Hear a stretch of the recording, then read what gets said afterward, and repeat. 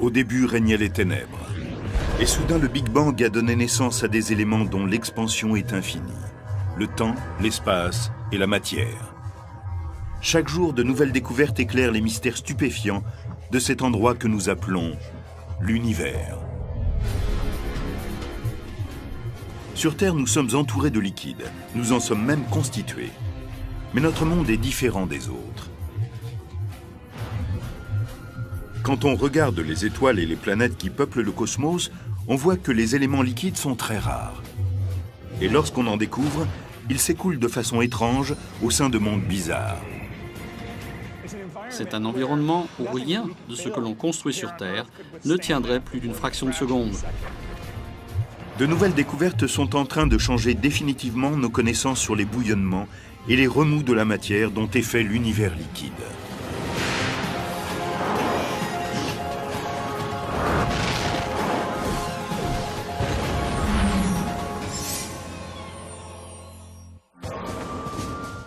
Les liquides couvrent près de 75% de la surface de la Terre. Ils s'échappent du sol, tombent du ciel, et nous nous en servons pour éclairer et chauffer nos villes et alimenter nos moteurs. Mais ce n'est pas ainsi que fonctionne le reste de l'univers. Les liquides ne sont qu'une infime fraction de la matière. L'univers est essentiellement constitué de gaz, soit de gaz interstellaire, autrement dit le gaz qui est entre les étoiles, soit de gaz à l'intérieur des étoiles mêmes, soit de l'atmosphère des planètes. Tout le reste est la matière solide. Les planètes sont constituées de matière solide. Il n'y a vraiment que très peu de liquide. C'est ce qu'il y a de plus rare dans l'univers qui semble être le plus important. S'il n'y avait aucun liquide dans l'univers, je pense que la vie, telle que nous la connaissons sur Terre, n'existerait pas. Quand on observe d'autres systèmes planétaires, on se dit qu'il pourrait y avoir d'autres formes de vie qui n'auraient pas besoin de liquide quelconque. Mais à l'heure actuelle, il est difficile d'imaginer comment cela fonctionnerait. Où trouve-t-on des liquides dans l'univers? Et de quoi ont-ils besoin pour exister?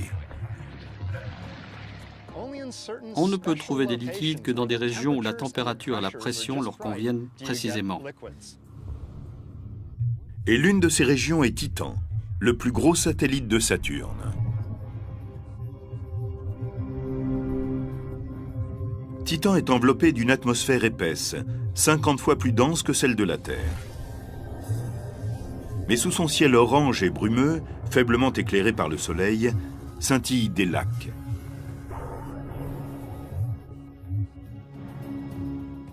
Si on plaçait une webcam sur Titan, simplement pour observer le paysage, on pourrait se croire sur la Terre.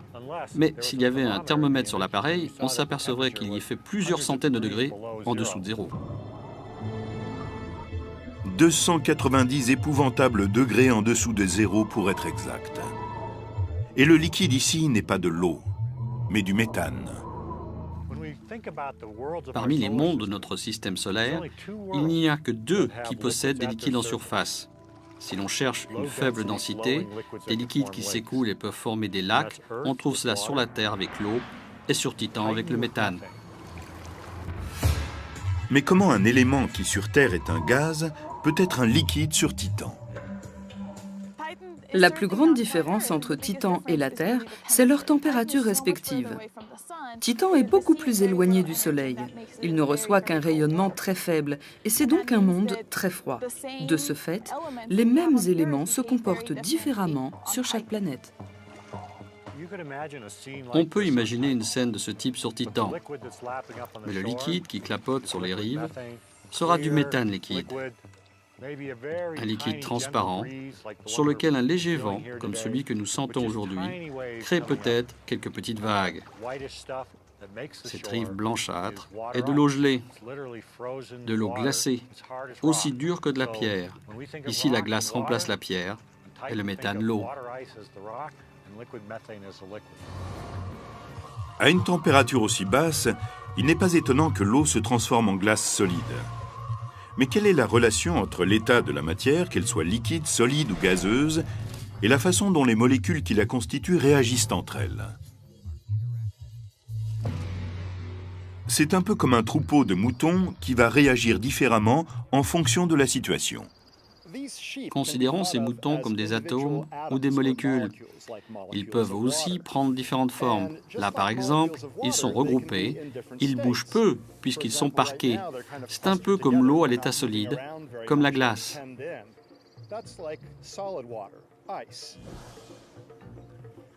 Dans un élément à l'état solide, les molécules sont parquées les unes contre les autres. Elles ne peuvent pas bouger. Lorsque l'eau bout et produit de la vapeur, elle change d'état. D'un liquide, elle devient un gaz. Dans un gaz, les particules qui le constituent, que ce soit des atomes ou des molécules, ont tendance à errer de manière assez chaotique, aléatoire. Elles bougent plus vite lorsque la température s'élève. Ici, les moutons se déplacent dans un grand champ, libres de se promener dans tous les sens. Ils ne doivent pas nécessairement rester ensemble. Ils peuvent aller d'un côté ou de l'autre. Ces moutons sont comme un élément à l'état gazeux. Ils sont éloignés les uns des autres, il y a beaucoup d'espace entre eux, et ils peuvent bouger sans contrainte. Mais un liquide comme l'eau est magique. C'est une matière qui est dans le flou entre la structure rigide du solide et la dispersion aléatoire du gaz. Dans un liquide, les atomes ou les molécules sont sous la contrainte de leurs voisins. Ils ont tendance à couler ensemble. Ils peuvent parfois se dépasser, mais ils se déplacent ensemble. Quand les moutons sont en troupeau, sous la contrainte du berger, ils vont ensemble d'un endroit à l'autre. On peut y voir l'image d'un élément liquide. Ils se déplacent légèrement, mais ne s'éloignent jamais vraiment du troupeau. Ils se déplacent tous ensemble. On pourrait dire qu'ils s'écoulent ensemble. Sur Titan, les températures extrêmes gardent les molécules de méthane collées ensemble, sous forme liquide. Celles-ci se déplacent donc comme un troupeau de moutons.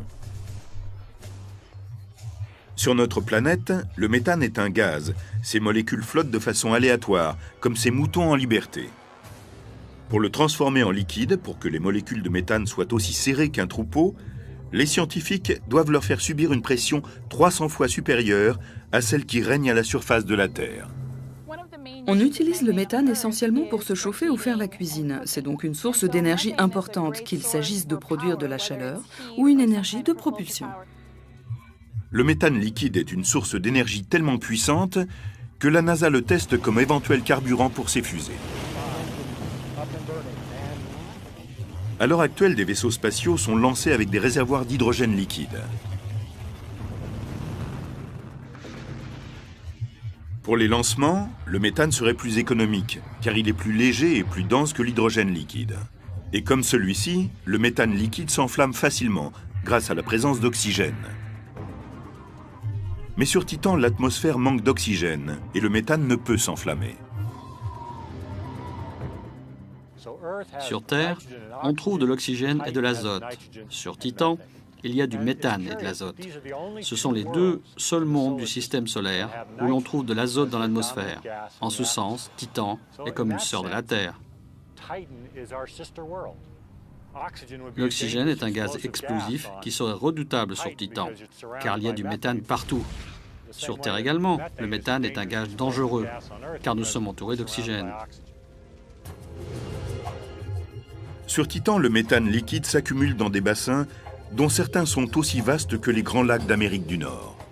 Sur Titan, les lacs se trouvent au pôle Nord. Il y en a énormément. Au sud, on n'en a observé qu'un seul. Nous ne comprenons pas pourquoi les lacs se sont tous déplacés au nord et n'en ont laissé qu'un seul au sud.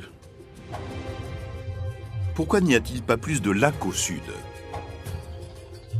Une récente découverte pourrait nous fournir un indice important. En août 2003, les spécialistes ont détecté la naissance soudaine d'une tempête autour de l'équateur de Titan. Cela peut signifier que le méthane liquide adopte le même cycle que l'eau sur Terre. Il s'évapore des lacs d'une certaine région, puis retombe sous forme de pluie pour créer des lacs dans une autre région. Sur Terre, des nuages éclatent de temps en temps dans les déserts. Il pleut très fort et l'eau s'engouffre dans les vallées arides.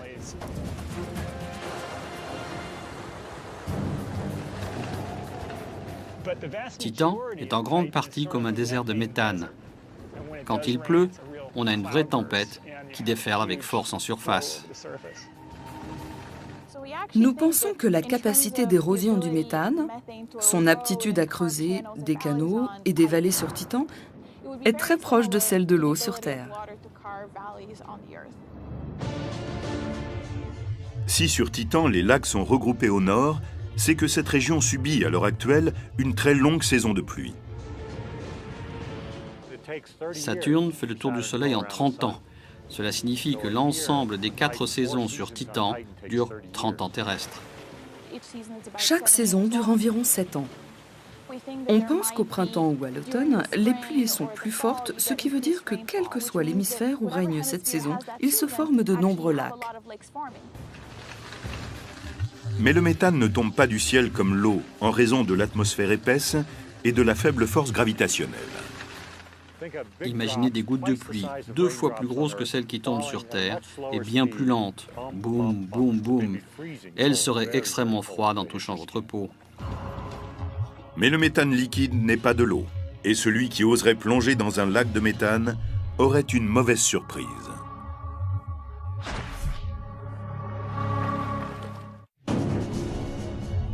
Il est rare dans l'univers de découvrir un monde, en dehors de la Terre, où l'on trouve un élément sous forme liquide. De loin, les lacs de méthane de Titan semblent familiers et même accueillants.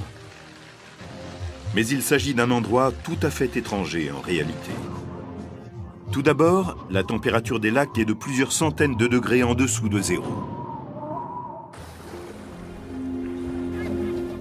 Et en supposant que l'on puisse supporter ce froid, nager dans un lac de méthane serait une expérience étonnante pour une raison tout à fait inattendue.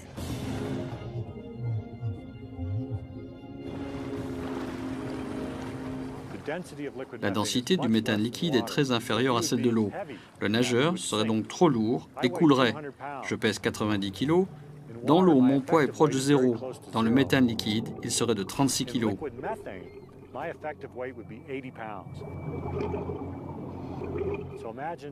Imaginez-vous en train de faire du surplace dans un lac ou une piscine avec une ceinture lestée de 36 kg. Ce serait difficile. Mais ce serait la même impression que de nager dans un lac sur Titan. Le méthane est si transparent que des plongeurs auraient la sensation de regarder à travers de l'air liquide.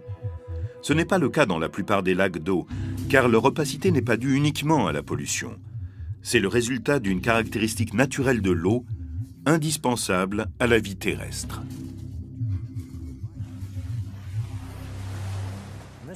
Dans cette cruche, il y a de l'eau, dont nous connaissons les propriétés. Et ici, on a un liquide qui ressemble à de l'eau, mais qui n'en est pas. Il s'agit d'un hydrocarbure, analogue au méthane liquide de Titan. Les deux liquides se ressemblent, mais ne possèdent pas les mêmes caractéristiques chimiques. Pour montrer leur différence, je vais me servir de crackers. Ils sont constitués d'amidon, de sucre, de sel, et je vais les plonger dans les liquides. Voilà, les crackers sont dans l'eau. Et maintenant, je vais en prendre le même nombre que je plonge dans le liquide hydrocarbure. L'eau dissout très bien les éléments. C'est pourquoi elle est considérée comme un puissant solvant. Le méthane n'est pas aussi efficace dans ce domaine. Regardez ces crackers quand je les ressors. Ils sont toujours aussi craquants qu'auparavant. L'hydrocarbure n'est pas un excellent solvant. Le pouvoir dissolvant de l'eau vient de sa structure moléculaire.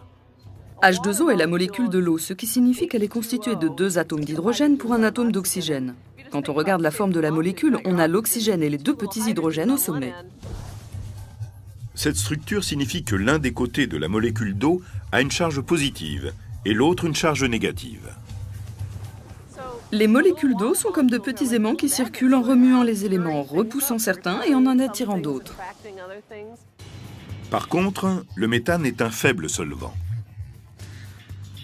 Le méthane est un atome de carbone entouré de 4 atomes d'hydrogène. Il ne possède pas de polarité et ne peut donc briser d'autres molécules. Comme l'eau dissout les matériaux avec lesquels elle entre en contact, elle peut se transformer en une soupe riche et parfois trouble. Dans l'eau, Les organismes qui ont évolué pour vivre dans une soupe riche comme celle-ci vont être petits et compacts. C'est ce que l'on trouve sur Terre. Les micro-organismes sont petits et compacts et ils puisent leurs nutriments dans l'eau. Mais le méthane pourrait être un liquide adéquat pour une autre forme de vie. Imaginons un organisme sur Titan qui observerait la Terre et verrait de l'eau. Il ne croirait pas un instant que quoi que ce soit puisse vivre dans un liquide aussi agressif et réactif, et se dirait qu'aucune forme de vie ne peut exister sur Terre, que ce liquide est trop hostile. Un visiteur extraterrestre pourrait être attiré par Titan ou par la Terre, car des éléments liquides coulent à leur surface. Sur la Terre, il y a plus d'1 million de milliards de mètres cubes d'eau.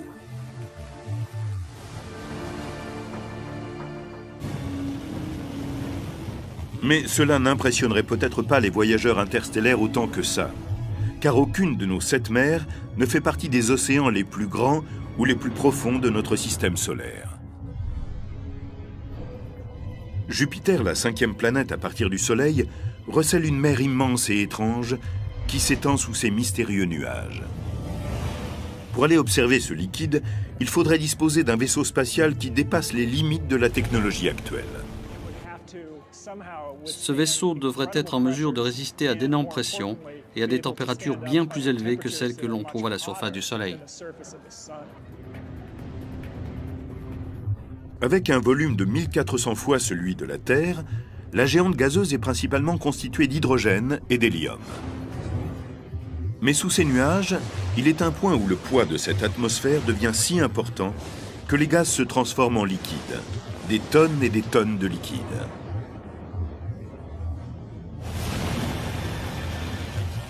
Le voyage vers ce liquide commence à la limite extérieure de l'atmosphère de Jupiter, là où la pression de l'air est proche de celle qui règne à la surface de la Terre. Plonger à l'intérieur de Jupiter serait une expérience incroyable. On passerait d'abord à travers les couches supérieures des nuages, où l'on trouve de l'ammoniac, du méthane et d'autres composants très colorés et tourbillonnants, et tout cela dans un milieu de tempête. Cette explosion de couleurs résulte d'un étrange mélange de produits chimiques avec l'hydrogène et l'hélium. On trouve beaucoup de sulfure et d'autres composants dans l'atmosphère de Jupiter. En descendant dans les couches supérieures de cette atmosphère, on sentirait une odeur d'œuf pourri.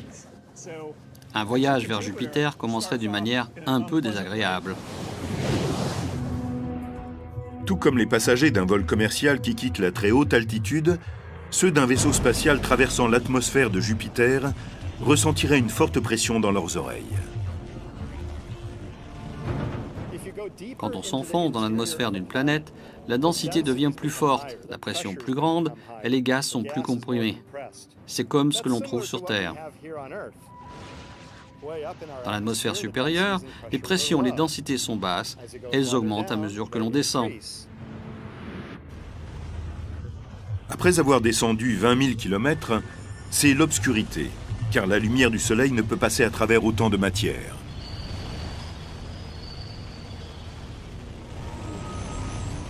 Mais à la fin, l'obscurité se lève. La lumière vient de l'océan de Jupiter, qui est juste en dessous. On ne plonge pas dans un océan sur Jupiter comme sur la Terre. Sur la géante gazeuse, il s'agit de traverser une vapeur de plus en plus dense, jusqu'à ce qu'elle devienne impossible de la distinguer d'un liquide très chaud.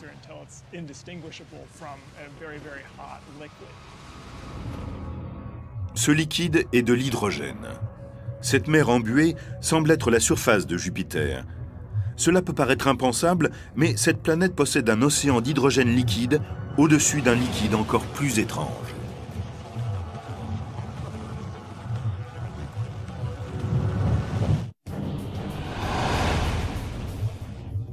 Les liquides ne sont pas faciles à trouver dans d'autres mondes que le nôtre. Ils prennent souvent des formes que l'on ne peut imaginer sur Terre. C'est le cas de l'océan d'hydrogène de Jupiter.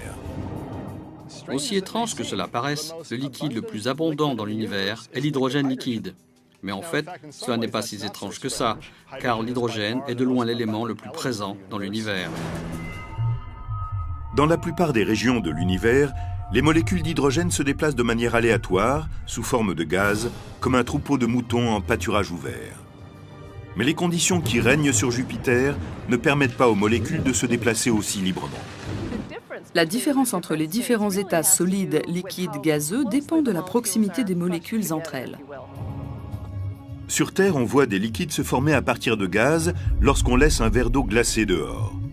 Quand l'air chaud entre en contact avec la surface du verre froid, la chute de température diminue l'énergie des molécules d'air qui se rapprochent pour former un liquide.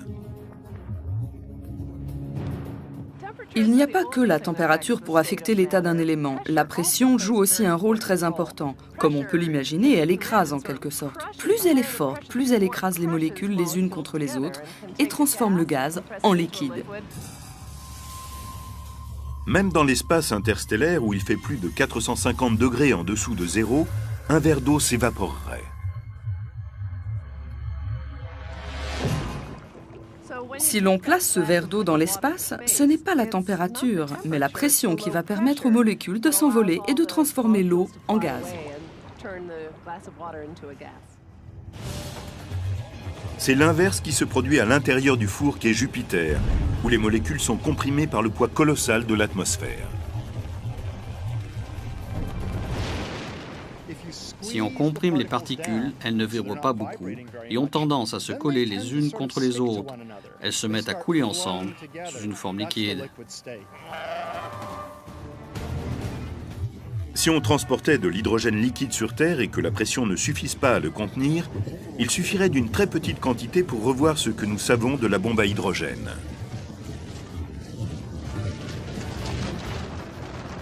Ce ne serait pas une bonne idée de rapporter une tasse d'hydrogène liquide sur Jupiter, car la pression est énorme sur cette planète. Cela pourrait provoquer une explosion massive, pire qu'avec du TNT. Ce serait une catastrophe totale.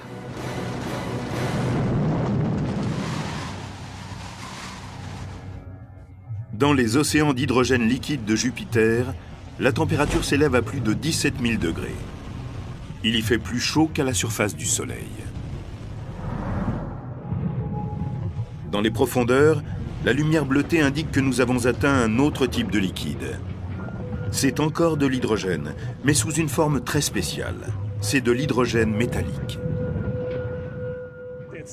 C'est plus lumineux que le Soleil et plus bleuté que sa surface. C'est un environnement où rien de ce que l'on construit sur Terre ne tiendrait plus d'une fraction de seconde. Dans l'environnement extrême de Jupiter, les molécules d'hydrogène engendrent le comportement très étrange des océans. Les molécules d'un océan d'hydrogène liquide se déplacent ensemble comme ce troupeau. Ou plutôt, comme les autotamponneuses qui circulent sur une piste fermée. Ce qui fait la spécificité d'un liquide, c'est la capacité des atomes et des molécules à glisser les uns près des autres. Les atomes sont libres de se déplacer et ils se bousculent un peu comme ces autotamponneuses. Ils ne peuvent pas errer en liberté, mais changent constamment de voisin. À l'intérieur de chaque atome d'hydrogène, qu'il soit sous forme liquide ou gazeuse, un seul électron est attaché au noyau, siège du conducteur de l'autotamponneuse atomique.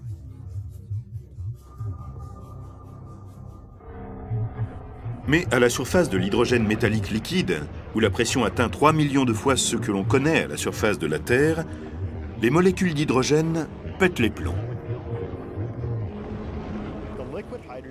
L'hydrogène liquide devient en fait de l'hydrogène métallique liquide. Il se met à conduire l'électricité et à chauffer vraiment bien. À l'intérieur de l'hydrogène métallique de Jupiter, les électrons sautent de molécule en molécule et se séparent de leur noyau quand elles ont trouvé un nouvel abri. Ils transportent très bien les charges électriques d'un endroit à l'autre. C'est ce qui permet au courant de circuler. Personne ne voudrait se trouver là si quelqu'un envoyait un éclair, la foudre ou quelque chose dans ce genre, car l'électricité voyagerait facilement dans l'hydrogène métallique et nous ferait frire et disparaître.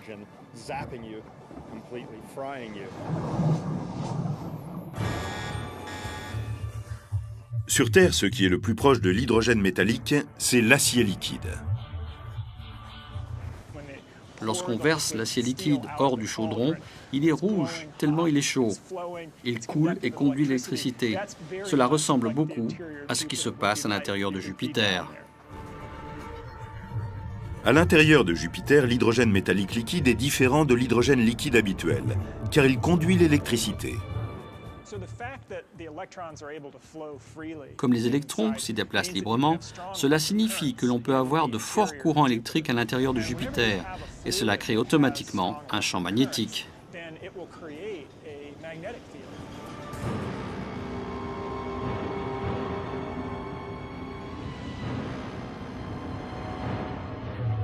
Le champ magnétique de Jupiter couvre une zone de 6 millions de kilomètres de diamètre. Il intercepte et dévie les particules chargées qui traversent notre système solaire. Mais le champ magnétique le plus important et le plus puissant de l'univers est généré par d'étranges corps stellaires qu'on appelle des étoiles à neutrons.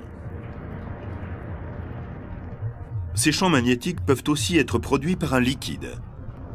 Mais l'intérieur d'une étoile morte est le dernier endroit où l'on s'attend à voir s'écouler quoi que ce soit. Une étoile à neutrons est comme un gros morceau de matière de neutrons extrêmement serré. On appelle cela de la matière dégénérée, car elle ne peut être plus serrée. La plupart des matériaux que l'on comprime deviennent plus denses, mais ce n'est pas le cas de la matière dégénérée. On peut la comprimer, cela ne change rien. Les étoiles à neutrons font environ 20 km de diamètre, la taille d'une grande ville. Les étoiles à neutrons sont tellement massives, leur masse est tellement comprimée qu'elles finissent par déformer l'espace même.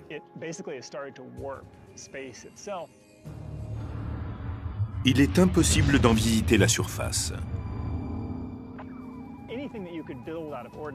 Tout ce que l'on construirait à partir de matériaux ordinaires serait immédiatement écrasé à la surface d'une étoile à neutrons. La gravité est si forte que la plus haute chaîne de montagnes se mesurerait en millimètres. Pourrait-il exister un liquide dans cet environnement hostile? Étonnamment, la réponse est peut-être oui. Certains scientifiques pensent qu'une étoile à neutrons n'a pas de noyau solide. Son intérieur pourrait se déplacer si librement qu'il serait rempli de ce qu'on appelle des superfluides, c'est-à-dire des liquides sans épaisseur ni viscosité. La viscosité permet de mesurer la résistance d'un fluide à l'écoulement. Une matière à basse viscosité, comme l'eau, s'écoule très facilement. On peut voir la vitesse à laquelle elle coule dans ce bol, mais le miel d'un autre côté est très visqueux. Plus le fluide est épais ou visqueux, moins il s'écoule et moins les choses peuvent se déplacer à l'intérieur de celui-ci. Un superfluide a une viscosité zéro. C'est un liquide si fin qu'il n'arrête jamais de couler. L'étrange fluide présent à l'intérieur d'une étoile à neutrons possède les propriétés de ce qu'on appelle un superfluide. Autrement dit, si on met en mouvement un courant de ce type, on peut provoquer un vortex à l'intérieur d'une étoile à neutrons.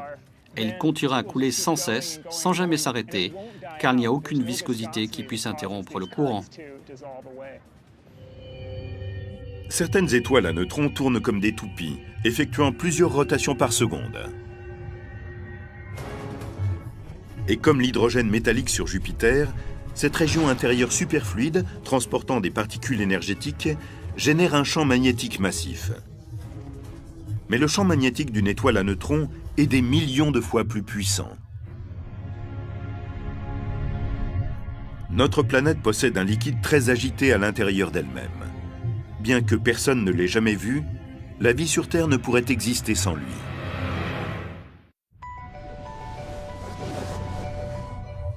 La vie, telle que nous la connaissons, ne pourrait exister sans éléments liquides. Sur Terre, on pourrait penser que l'eau est cet élément essentiel, mais il existe un autre liquide tout aussi vital. À 3000 km sous la surface où règne une chaleur de 7000 degrés, une mer de fer liquide de presque 1,5 km de profondeur enveloppe le noyau solide de la Terre. Mais comment les scientifiques peuvent-ils être sûrs de ce qui se trouve à l'intérieur de la Terre? C'est exactement la question que pose Gina S. de Danbury, dans le Connecticut. Elle nous a envoyé un texto. Comment sait-on que la Terre a un noyau ferreux si on ne l'a jamais vu? Merci pour votre question. Les scientifiques peuvent déduire des choses indirectement quand ils ne peuvent les voir. Par exemple, on sait que la Terre possède un noyau de fer liquide autour d'un noyau de fer solide, car elle possède un champ magnétique. Et c'est le déplacement de ce liquide conducteur qui génère le champ magnétique.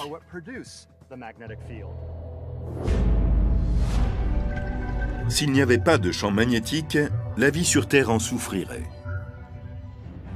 S'il n'existait pas, toutes les particules chargées venant du Soleil et de l'espace s'élanceraient dans l'atmosphère et entreraient en interaction avec des cellules vivantes, provoquant de nombreuses mutations cancéreuses.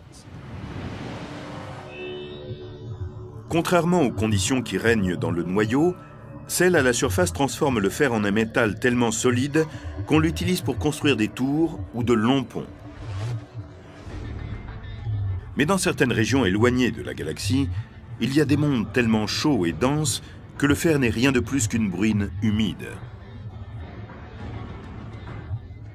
Elles sont pour la plupart sous-estimées et incomprises, trop grosses pour être des planètes, trop petites pour être des étoiles.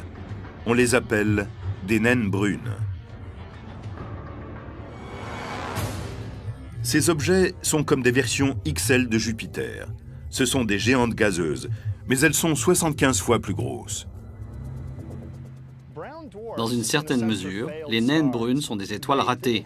Elles ne sont pas assez massives pour produire des hautes températures et des pressions internes suffisantes pour enflammer l'hydrogène classique et brûler ensuite un bon moment. Ces étoiles sont quand même très chaudes. Et malgré leur nom, elles ne sont pas brunes. Si on était sur place, on pourrait voir une espèce de lumière rouge-orangée dégageant tellement de chaleur qu'on serait brûlé à proximité d'une naine brune. Elles sont tellement chaudes que leurs nuages ne sont pas constitués de vapeur comme sur Terre, mais plutôt d'une vapeur de fer gazeuse.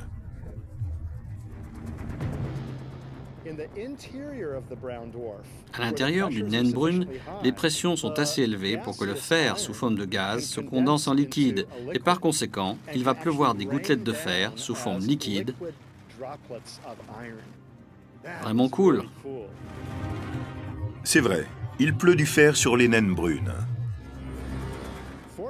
Heureusement, nous n'avons pas de pluie de fer sur Terre. Si on avait, ce ne serait pas très agréable. Ces gouttes de fer brûlantes frapperaient nos têtes, nos joues et nos bras et brûleraient. Ce ne serait vraiment pas agréable d'être frappé par ces gouttes brûlantes et lourdes. Jamais il ne tombe de fer liquide sur Terre, mais il est possible que cela se produise un peu partout dans l'univers. Notre galaxie est peuplée de naines brunes. On en trouve des dizaines de milliards, presque autant que de vraies étoiles. Mais notre galaxie est aussi habitée de mondes plus petits, plus rocheux et plus froids, qui ressemblent à la Terre. L'un des événements récents les plus incroyables est la découverte de la première planète qui pourrait peut-être avoir de l'eau à sa surface. Cette planète fait partie d'un système solaire tournant autour de l'étoile Gliese 581, à environ 20 années-lumière de la Terre. Les 4 planètes qui tournent autour de Gliese 581d en sont si proches qu'une année chez elles équivaut à 66 jours chez nous.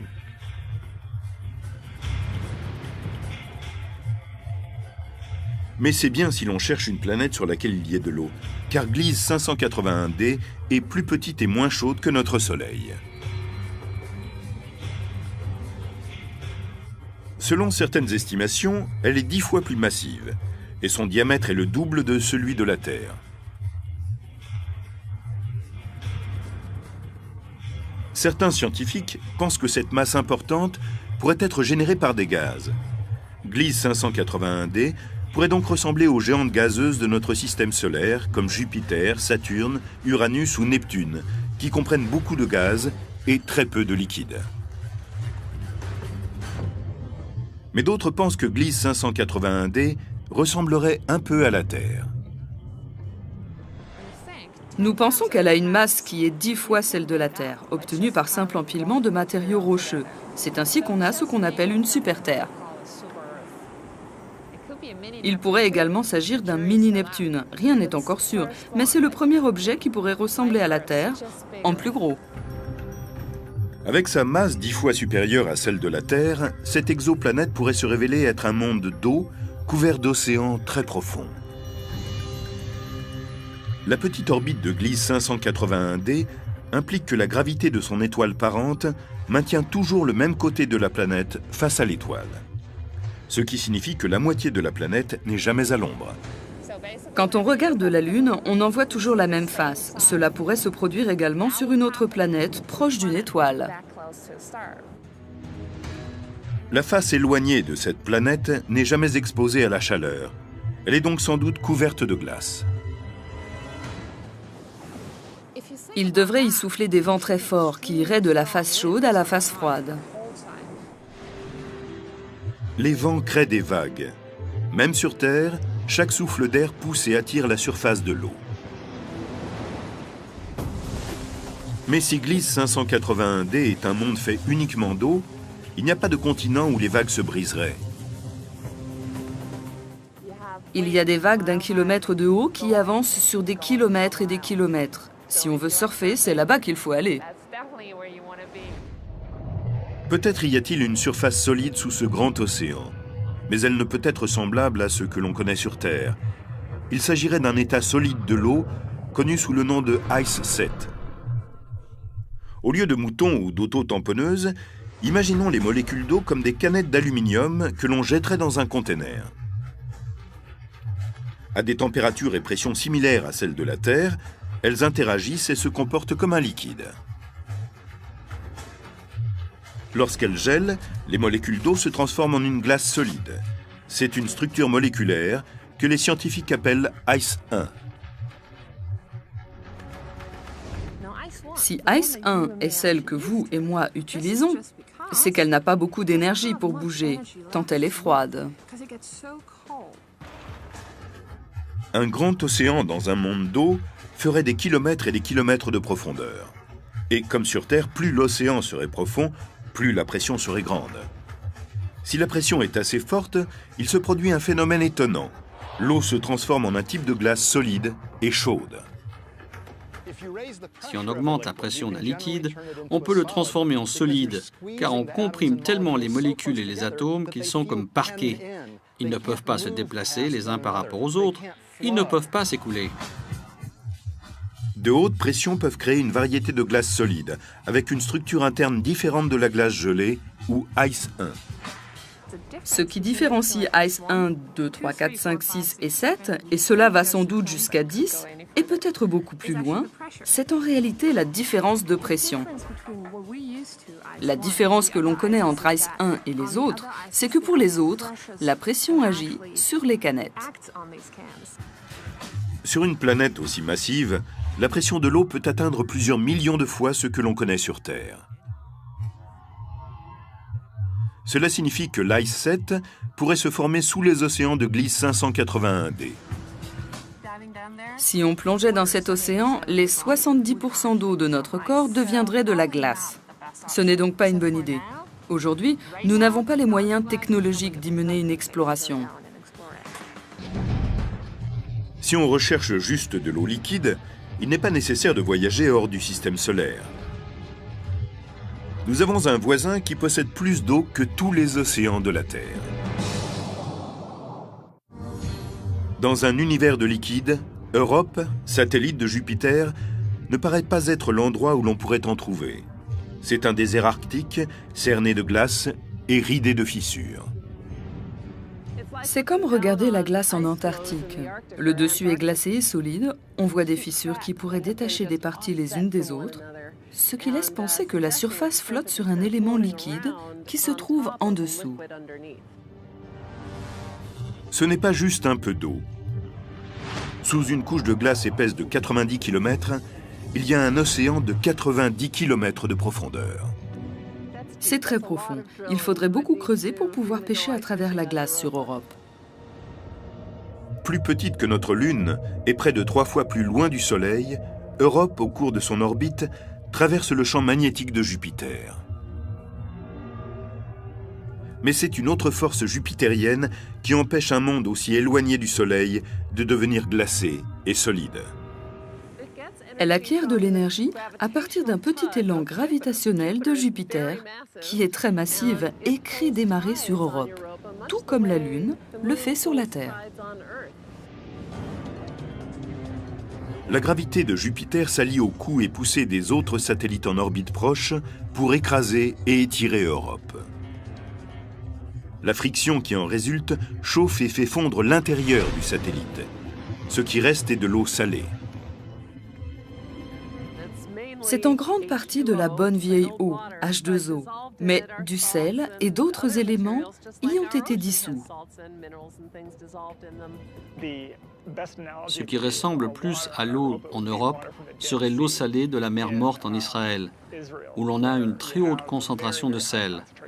On n'a pas très envie d'en remplir une bouteille. Il peut y avoir des liquides dans des endroits très inattendus. Mais aucun liquide n'est plus surprenant que celui qui a été récemment découvert et qui est aussi vieux que le temps lui-même. Il y a 14 milliards d'années, l'univers a débuté sous la forme d'un point infiniment petit. Il a jailli d'une explosion cosmique connue sous le nom de Big Bang. Il s'est agrandi et encore agrandi.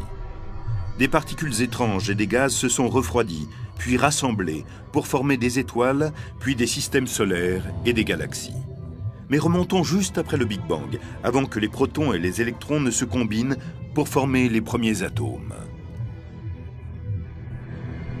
Tout filait, entrait en collision. Les éléments s'écrasaient l'un sur l'autre, si bien qu'on en est arrivé à ce qu'il n'y ait pas assez de liberté pour que les particules puissent trier, s'installer et s'assembler pour former les choses qui nous sont familières aujourd'hui. Au début, l'univers était comme un désert nu, brûlant à une température de millions de milliards de degrés, une collection hasardeuse de particules que l'on appelle les quarks et les gluons. Les quarks et les gluons sont des constituants fondamentaux des noyaux qui forment nos atomes. Dans le premier 10 millionième de seconde de son existence, l'univers a connu une phase où tout n'était que quarks et gluons. De récentes simulations des conditions de l'univers naissant ont révélé que les quarks et les gluons ne volaient pas au hasard comme un gaz, et comme on s'y attendrait dans ces conditions. Ils étaient reliés et coulaient comme un liquide.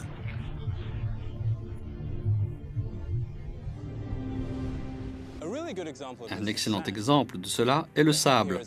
Nous avons ici une poignée de sable qui est faite d'un tas de petites particules qui sont pour l'essentiel comme de petites pierres. Mais la façon dont elles entrent en interaction les unes avec les autres détermine la façon dont elles bougent ensemble pour nous donner quelque chose qui ressemble plus à l'écoulement d'un fluide qu'au comportement d'un solide. Et c'est la même chose pour les quarks et les gluons.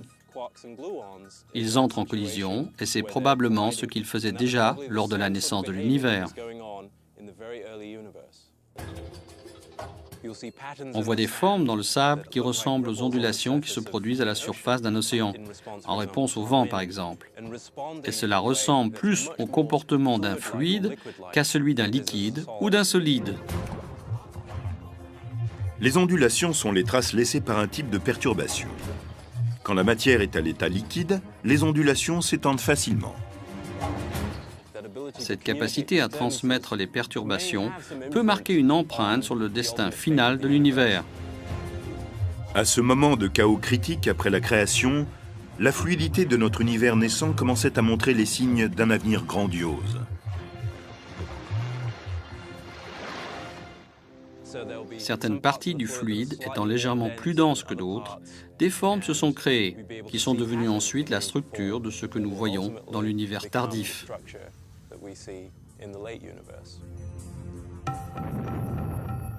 Le mouvement fluide est brodé dans le tissu de l'espace et du temps. Donc la prochaine fois que vous boirez un soda avec une paille, que vous plongerez dans une piscine ou observerez les gouttes de pluie former une flaque, sachez que vous êtes témoin de ce qu'il y a de plus vivant dans notre univers.